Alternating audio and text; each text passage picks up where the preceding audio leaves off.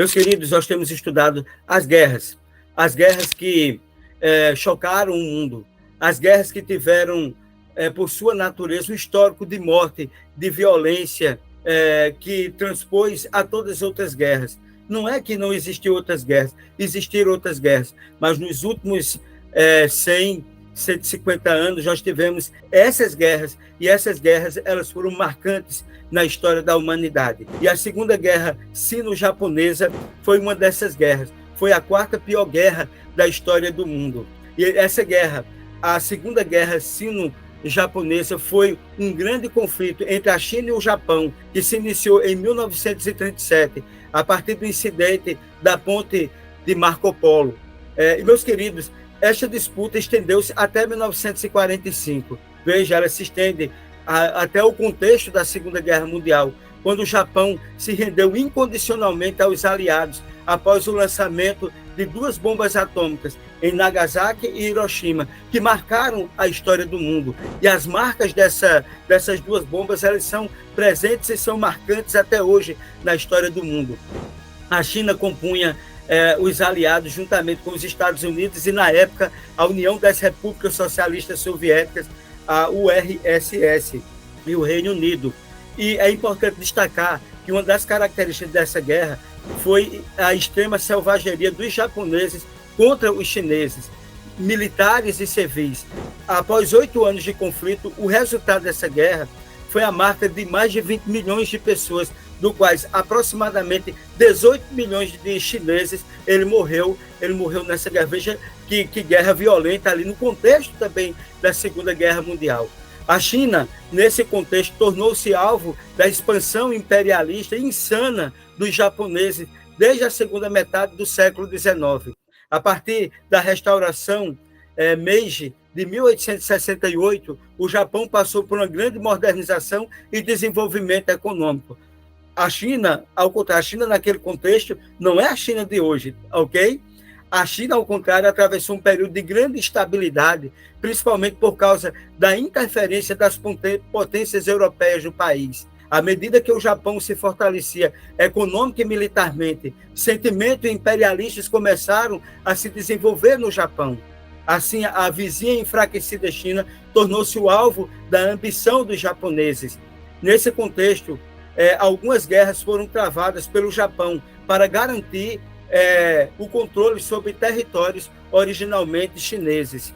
E, meus queridos, e nesse contexto aí é que se dá esse grande conflito, a insanidade, o imperialismo ensaiado pelos japoneses, que foi exatamente inibido. Mas você imagine aí comigo, 18 milhões de pessoas mortas só na China, 2 milhões de pessoas mortas ali no Japão, aproximadamente, foi muito mais, é o que se consegue contabilizar. Mas, meus queridos, a insanidade da guerra, a violência da guerra, a intransigência da guerra, a ambição que traz a guerra, tudo isso nós estamos trazendo para mostrar para vocês que desde que o grande conflito começou no céu e ele se desenrolou aqui na Terra, o ser humano ele tem passado por movimentos, por guerras, por tantas tragédias, e ainda as pessoas elas permanecem como se estivessem do mesmo jeito, que elas como se nada estivesse acontecendo.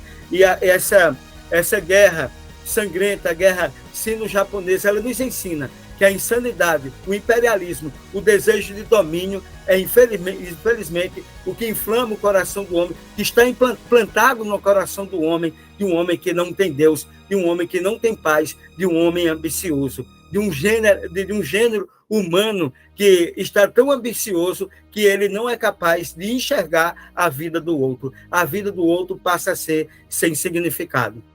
E que Deus continue nos abençoando sempre.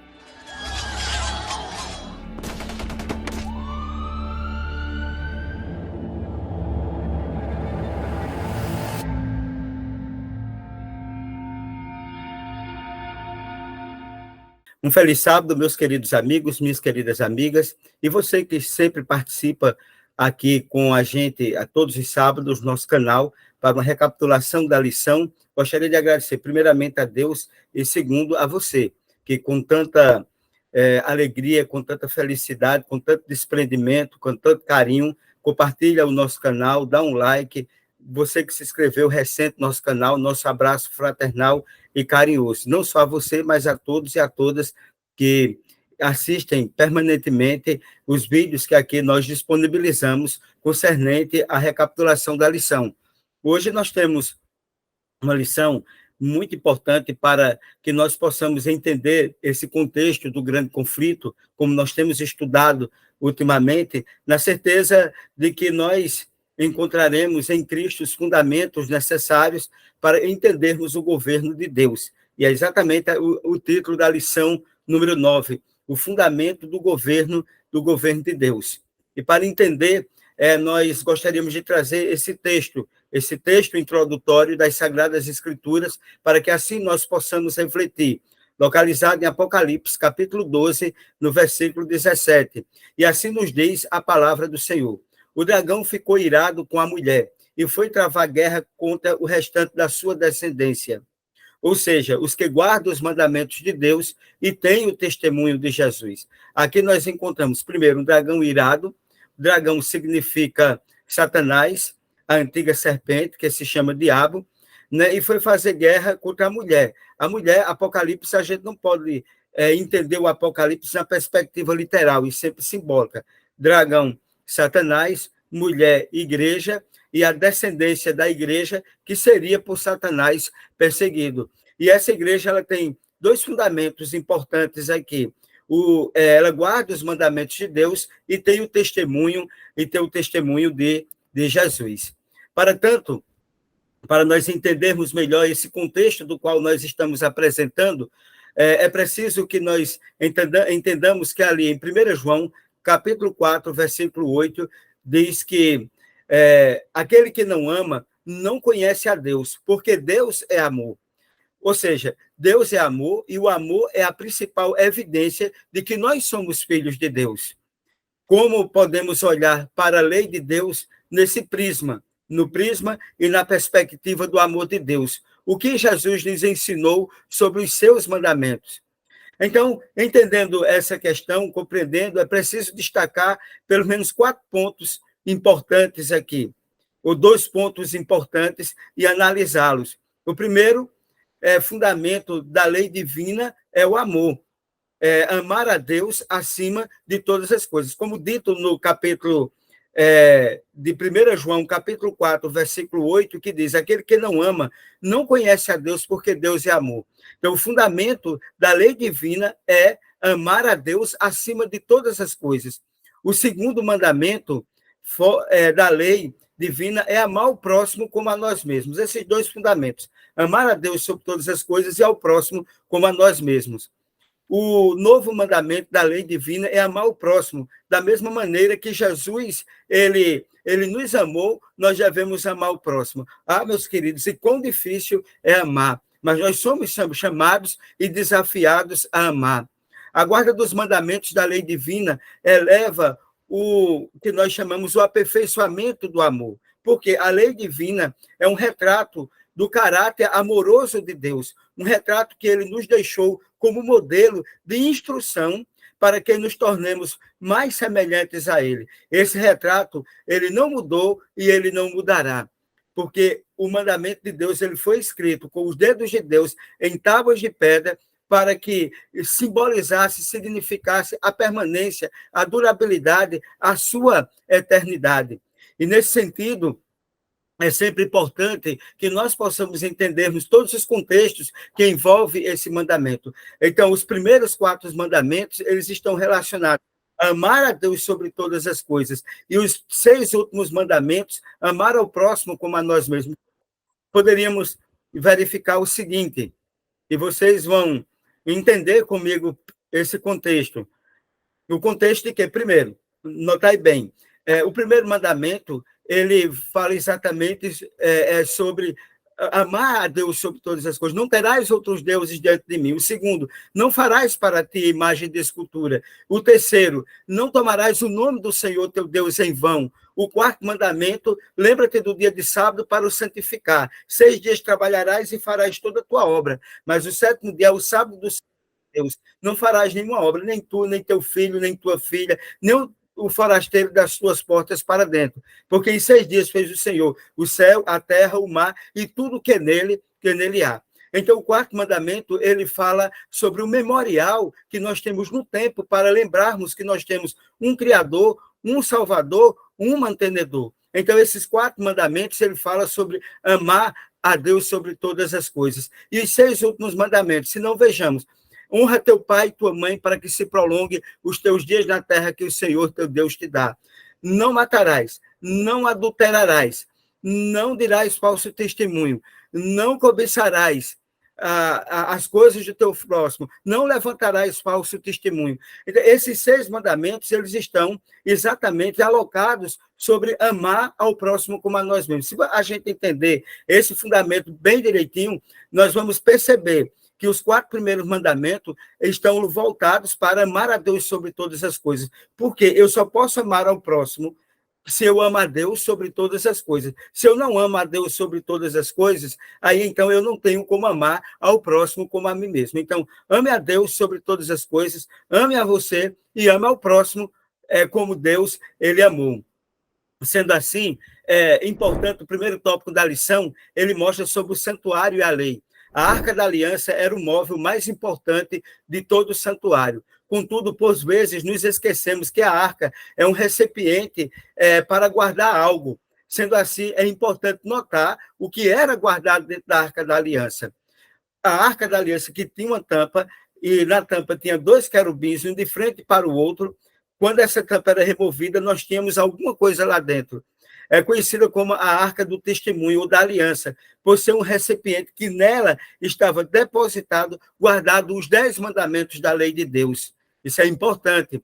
Ela era reconhecida como lugar da presença de Deus ou lugar do trono de Deus, porque se manifestava uma luz no dia da expiação, o sumo sacerdote entrava e naquela caixa chamada Arca da Aliança, na tampa, no meio, apresentava-se uma luz chamada o Shekinah. E ali dentro, como nós sabemos, estavam os 10 mandamentos.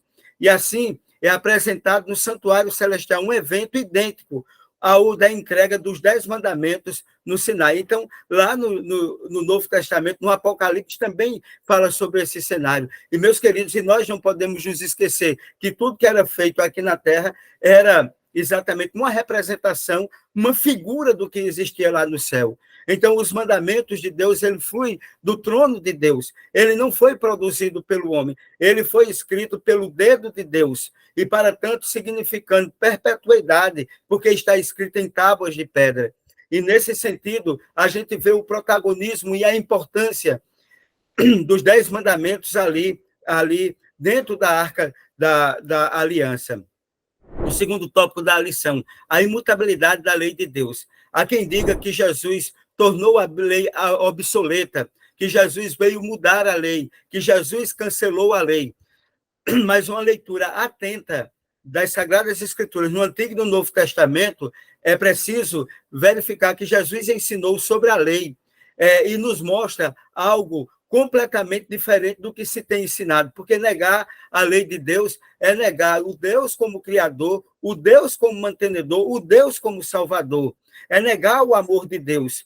Jesus não revogou a lei, porque ele disse, eu não vim revogar a lei, ele disse que veio cumprir, mas protegeu de ser violentada pela desobediência. Aí nós temos 2 extremos, você tem a desobediência e você tem o legalismo, são 2 coisas extremas que existem no mundo. Uns não querem obedecer de jeito nenhum, e outros querem obedecer para tornar a lei um fardo, e não algo prazeroso. A lei ela não deve ser um fardo, a lei deve ser algo prazeroso, e você não deve criar regras acima daquilo que está ensinado nos próprios 10 mandamentos. Outro tópico importante, Jesus ensinou que a correta guarda do mandamento é parte do caminho para a vida eterna. É isso que Jesus nos deixou claro. E outro ponto também, Jesus ensinou uma coisa importante, que quem ama e guarda os mandamentos, ou seja, vive como ele ensinou. Se me amais, diz lá, João capítulo 14, versículo 15, se me amais, guardareis os meus mandamentos. Então, você vê, porque amar a Deus sobre todas as coisas. Os mandamentos não é para salvar ninguém, mas os mandamentos é resultado da salvação que nós temos em Cristo Jesus. O próximo tópico é o sábado e a lei. Meus queridos, hoje há quem diga que Jesus aboliu o sábado, mesmo ele tendo deixado bem claro que não veio abolir a lei. E nós gostaríamos de fazer aqui 3 perguntas para os textos de Jesus e o sábado, que vão nos ajudar a entender esse contexto. A pergunta é a seguinte: o que fez Jesus? Jesus, ele, no sábado, Jesus, ele curou no sábado, né? Jesus, ele foi à sinagoga no sábado, tá certo? Então, Jesus, ele não trabalhou no sábado. Alguns dizem que Jesus estava no milharal, ele não estava trabalhando. Ele estava, depois de uma reunião de sábado, na casa, provavelmente, de amigos, e ali Jesus estava ali em um local onde oferecia algo para ele se alimentar, e ele se alimentou com os seus discípulos. Isso não prefigura trabalho, isso é uma coisa importante. Outra coisa, do que ele foi acusado? Ele não repreendeu os discípulos, né, por causa desse ato, de colher essas coisas, de colher esses grãos para comer. Ou seja, ele foi acusado de violar o sábado. Mas violar o sábado, né, ele foi acusado. Mas Jesus, a Bíblia mesmo diz, ele não veio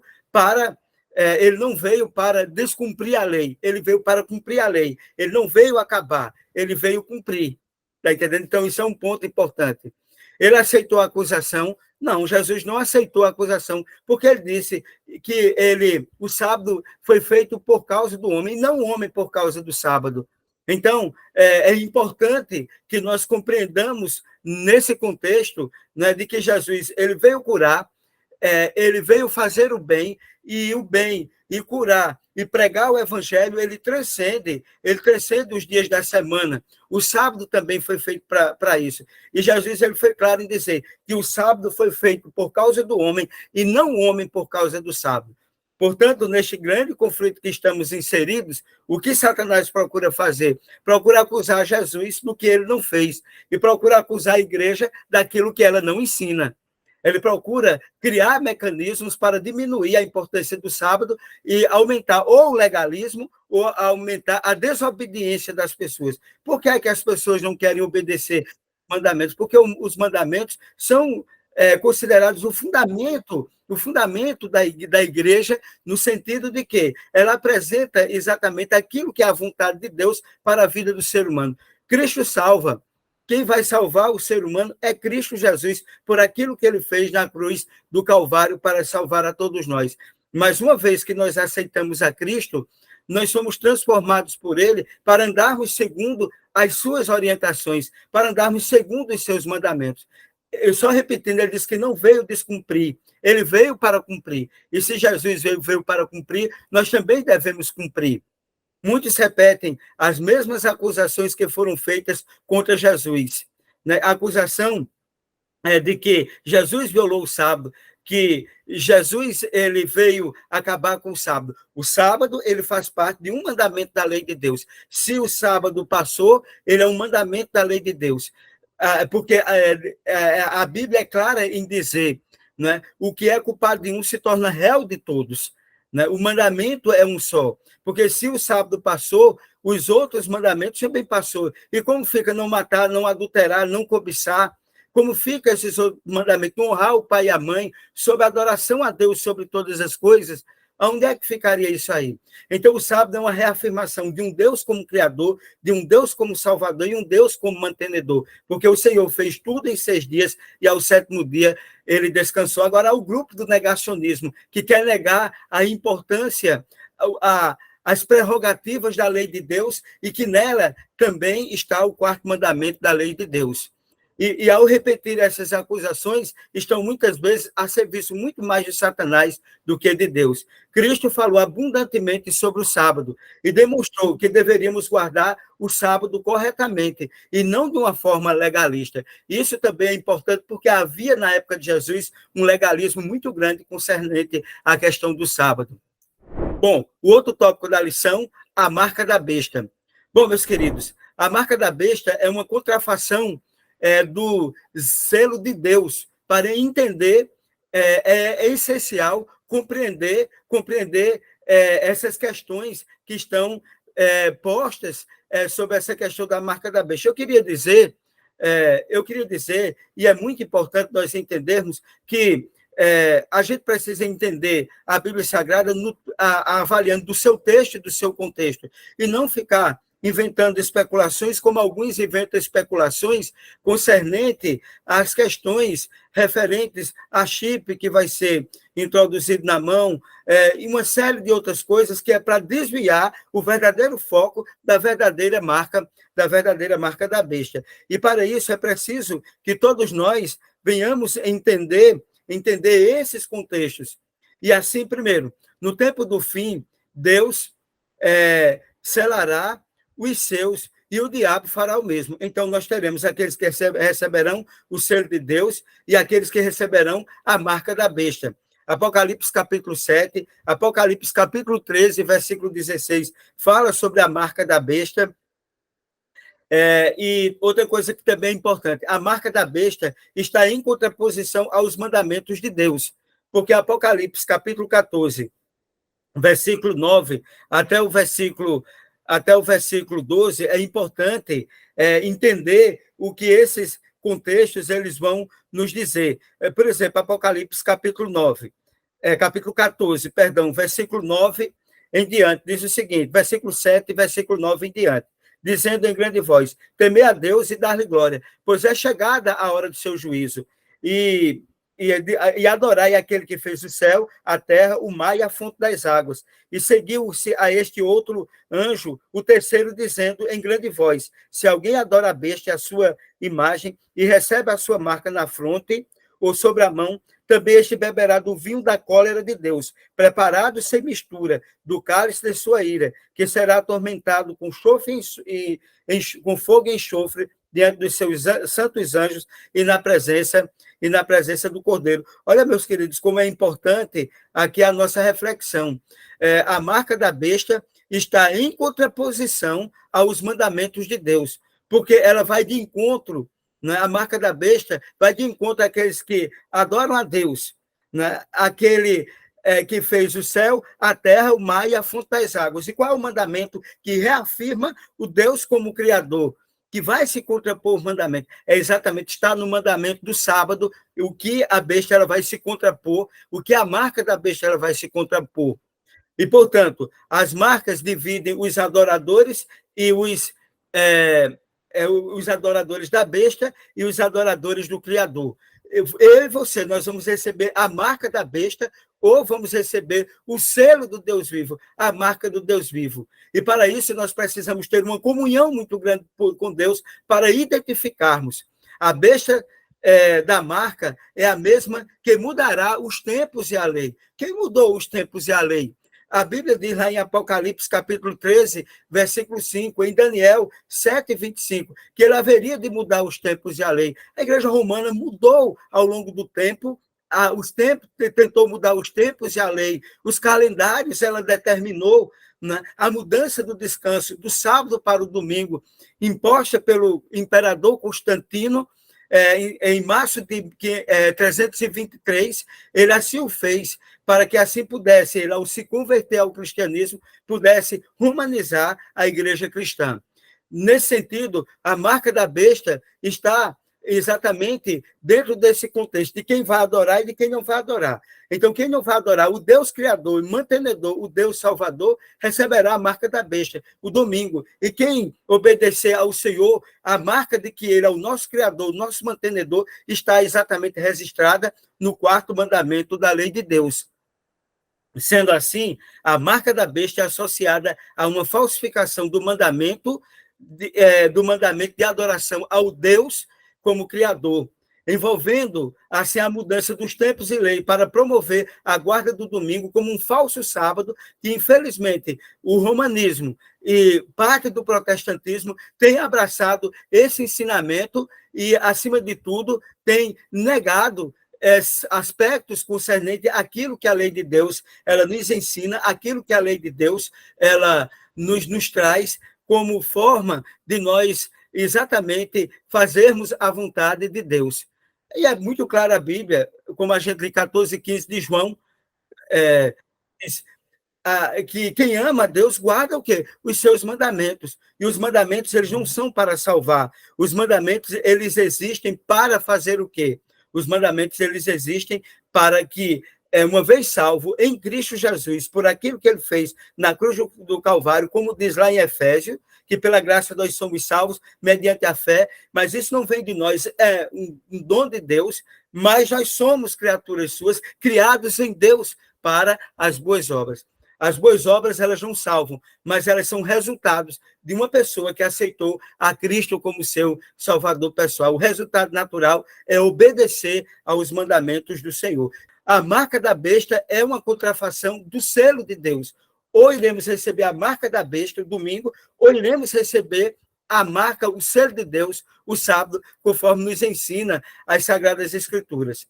E nesse contexto, existem exatamente as três mensagens angélicas, né, que estão exatamente no capítulo 14 do livro de Apocalipse, capítulo 14, verso 7. O que é que ele diz? O primeiro anjo disse: temam a Deus e deem glória, sendo redundante. E ele, pois é chegada a hora em que ele vai julgar. E adorem aquele que fez o céu, a terra, o mar e a fonte das águas. Isso está linkado, está repetido daquilo que está no quarto mandamento da lei de Deus, ali na parte final do quarto mandamento da lei de Deus, em Êxodo capítulo 20. O apelo do céu é para que nós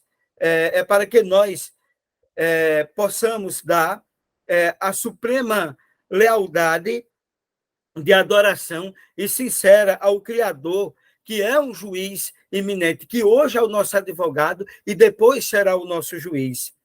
Essa é a tônica da primeira mensagem angélica. Adore a Deus e dê glória, porque é chegada a hora do seu juízo, para aquele que fez o céu, a terra, o mar e a fonte das águas. O segundo anjo, ele diz que caiu a grande Babilônia, que está no versículo 8 de Apocalipse, e nós estamos lendo, que fez com que todas as nações bebessem do vinho do furor da sua prostituição. Babilônia representa o sistema religioso caído, que rejeitou a mensagem do primeiro anjo em favor de um falso sistema de adoração. Por isso, em Apocalipse capítulo 14, versículo 9 até o versículo 11, adverte contra a besta, a sua imagem. A escolha será entre adorar o Criador ou adorar a besta. Cada pessoa decidirá quem terá sua lealdade a Jesus ou a Satanás. Não existirá um terceiro grupo, só existirá dois grupos, os que adoram a besta ou os que adoram o Senhor. E esses são os dois pontos primordiais para que nós possamos entender, né, entender a escolha que nós devemos ter. E por isso, em Apocalipse capítulo 14, ainda adverte contra a questão da adoração. A besta é a sua imagem. A escolha será entre o adorador, entre adorar o Criador ou adorar a besta. Isso é a tônica da terceira mensagem. A primeira mensagem, ela fala sobre a adoração. A segunda mensagem, ela fala de que a besta, ela caiu. Ela tem falsos ensinamentos. E a terceira mensagem, ela fala sobre o quê? A escolha que nós devemos ter em receber a marca da besta ou receber o selo do Deus vivo. A escolha é de cada um de nós. E como diz a música do Padre Zezinho, se ouvires a voz de Deus chamando sem cessar, a decisão é tua.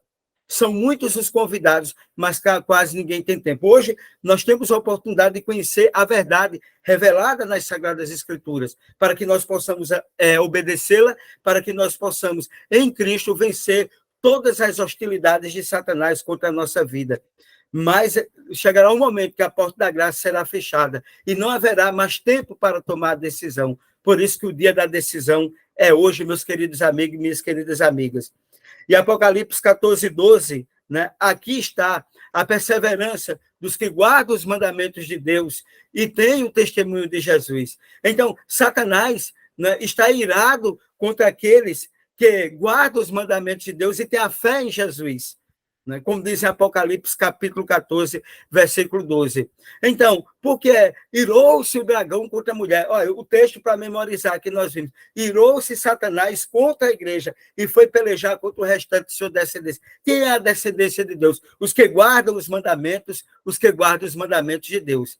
A marca da besta é a associação a uma falsificação do mandamento de adoração a Deus como Criador, envolvendo mudança dos tempos da lei, para promover a guarda do domingo, o falso sábado. E aqui, nas 3 mensagens angélicas do Apocalipse, é-nos resguardado o direito de nós sermos fiéis a Deus, de termos em nossa vida esse objetivo. No fim dos tempos, Deus terá um povo leal a ele, um povo que não se curvará diante da besta, um povo que não vai poder compreender, mas é um povo também que será mantido pelo Senhor, um povo que tem coragem, um povo que há de passar por grandes lutas, provações e privações, mas depois nascerá o sol da justiça, como diz o profeta Malaquias, salvação trazendo debaixo das suas asas. O Senhor vem com poder e grande glória e ele vai arrebatar a igreja no contexto bíblico. As nuvens do céu,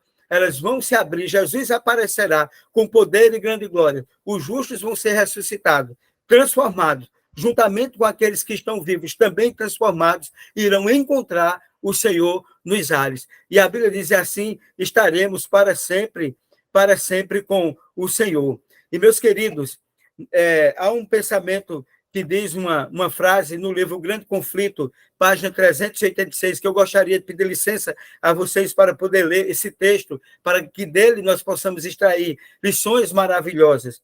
Na ausência de testemunho bíblico a seu favor, muitos, esquecendo-se de que o mesmo raciocínio for empregado contra Cristo e seus apóstolos, insistiam com incansável persistência, porque nossos grandes homens não compreendem essa questão do sábado. Apenas poucos creem como vocês. Não pode ser que vocês estejam certos e que todas as pessoas cultas do mundo estejam erradas. Para refutar esse argumento, bastava citar os ensinos das Sagradas Escrituras e a história de como o Senhor lidou com o seu povo em todos os tempos.